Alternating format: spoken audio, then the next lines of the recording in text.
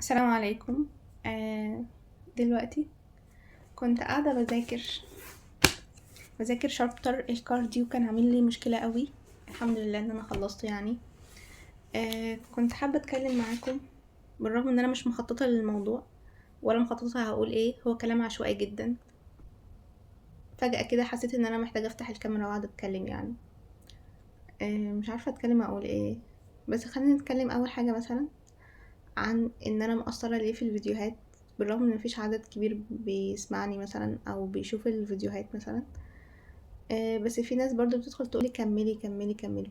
جماعة انا فكرة الفيديوهات مش بتجيلي على طول، زائد كمان انا الفيديو او القناة عموما اللي انا فاتحاها يعني مش فكرة ان انا اجيب منها ارباح اكتر ما هي فكرة ان انا عايزاها تبقى مخزون للذكريات بتاعتي. يعني انا بصور الحاجات اللي هي لمساني انا، فاهمة، اللي هو عشان ارجع لها بعدين. اشتريت كتب جديدة، نزلت راوند اول مرة انزله مثلا في الاطفال، واخر مرة اكيد هيبقى راوند اطفال، فمثلا بصور اللحظة دي. بصور في حاجة عجبتني مثلا في الراوند. بصور في موقف حسيت فيه بحاجة، فببقى فاكرة الحاجة دي هتبقى ايه، يعني ارجع للموقف ده وابقى فاكرة الاحساس والمشاعر اللي انا حسيتها وقتها. فهي اللقطات دي اللي انا بصورها، فهي مبتبقاش موجودة على طول. دي حاجة. الحاجة التانية، انا خلقي ضيق جدا يعني ما عنديش خلق ان انا اقعد احط وضعية تصوير قوي. فطار عشان لازم افطر، عشان ان انا بفطر، لا انا من الناس اللي هي ما بتفطرش مثلا. احيانا لما كنت بعمل الفطار كنت بعمله لزوم التصوير، فبعد ما اخلص وانزل الفيديو ببقى متضايقة من نفسي، هو انا ليه عملت كده؟ ببقى متضايقة، يعني انا ليه قعدت ان انا اصور واعمل فطار برغم ببقى قاعدة اكل متضايقة ان انا افطر، يعني بعمل حاجة وانا متضايقة. بسبب ايه؟ بسبب لزوم التصوير. فبدات ان انا ما اعملش الحاجات دي يعني. فالفيديوهات بتاعتي بتبقى قليله. فكره برضو ان انا ما بيكونش عندي افكار كتير وانتوا مش بتساعدوني، دي حاجه.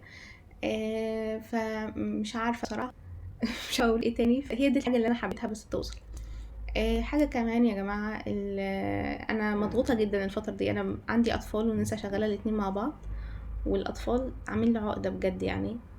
متضايقه منه قوي بسبب ان هو شبيه بالبطنه، وانا بكره البطنه قوي قوي قوي. فان شاء الله خير يعني.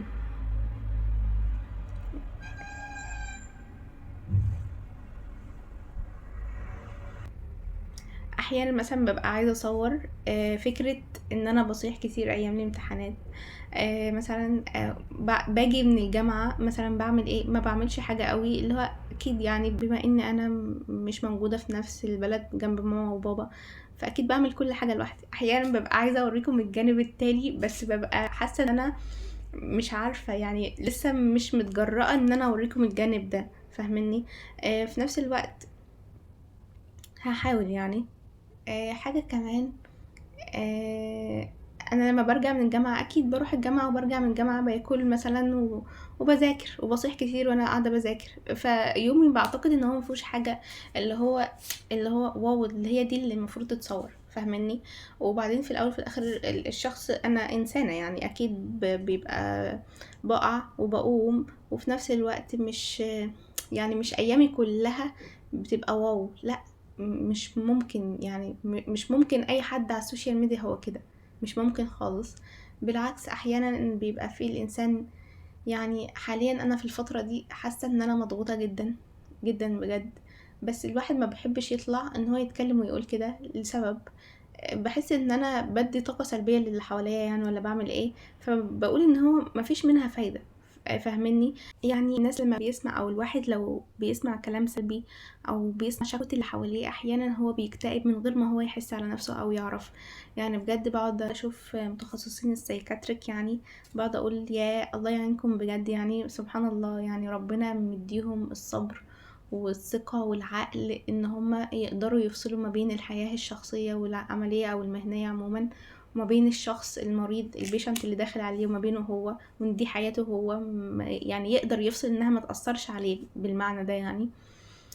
انا من الناس اللي هي لو سمعت كلام سلبي كتير او في حد متأذي شخصيا، وهو جاي يحكي لي يعني ان هو قد ايه هو مظلوم وقد ايه هو تعبان وقد ايه هو مضغوط يعني، آه، باحس إن هو بيأثّر عليَّ بس من غير ما أنا أحس على نفسي، فاهمني؟ بالاقي نفسي مودي اتقلب، بالاقي نفسي مش طايقة اللي حواليّا، بالاقي نفسي متضايقة، باتقلب على كل اللي حواليّا فعلًا، بس بابقى مش فاهمة هو أنا ليه كده، غير بعد ما أخلص من الفترة اللي أنا بابقى فيها دي، وبعدين أكتشف إن هو كان في حد حكى لي كده.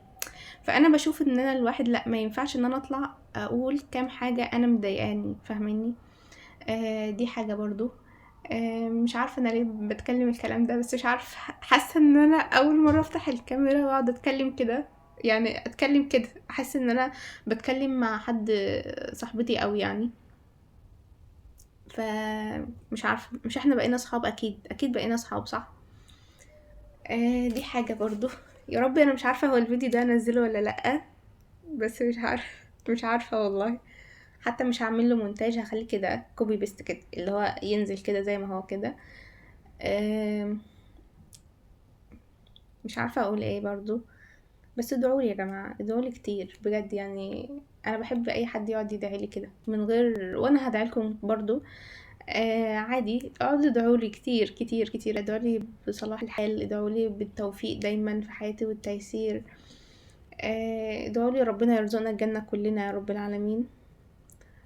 بس مش عايزة حاجة تانية في حياتي عموما. ادعوا لي يا جماعة كتير بجد، ببقى زعلانة طول يقعد يدعي لي. انا بحب اي حد يقعد يدعي لي يا جماعة، اي حد بيقعد يدعي لي انا بحب كده. كمان مش عارفة اقول ايه تاني. كان في حد قبل كده سألني حياتي الكلينيكال افضل من حياتي الاكاديمي ولا ايه بالظبط. والله انا شايفة ان سنة عن سنة في الطب عموما المذاكرة بتاعتك بتزيد، حياتك بتتغير، تفكيرك اصلا نفسه بحس ان هو بيتغير بجد يعني. المهم يا ستي، ان هو حياة ست ايه بالظبط مش بقولكم ان انا حاسه بتكلم مع اصحابي، مش همسحها برضو. المهم بقى ان هي حياة الكلينيكال بشوفها افضل من الاكاديمي. ليه بقى؟ لان الواحد كبر بكل بساطة. الواحد كبر وبقى بيعرف يعمل حاجات كتير يعني. وانا بحس ان اليوم بيفرق في حياة الشخص. كذلك من ناحية انك انت بتحس نفسك دكتور فعلا، بتتعامل شوية مع مرضى.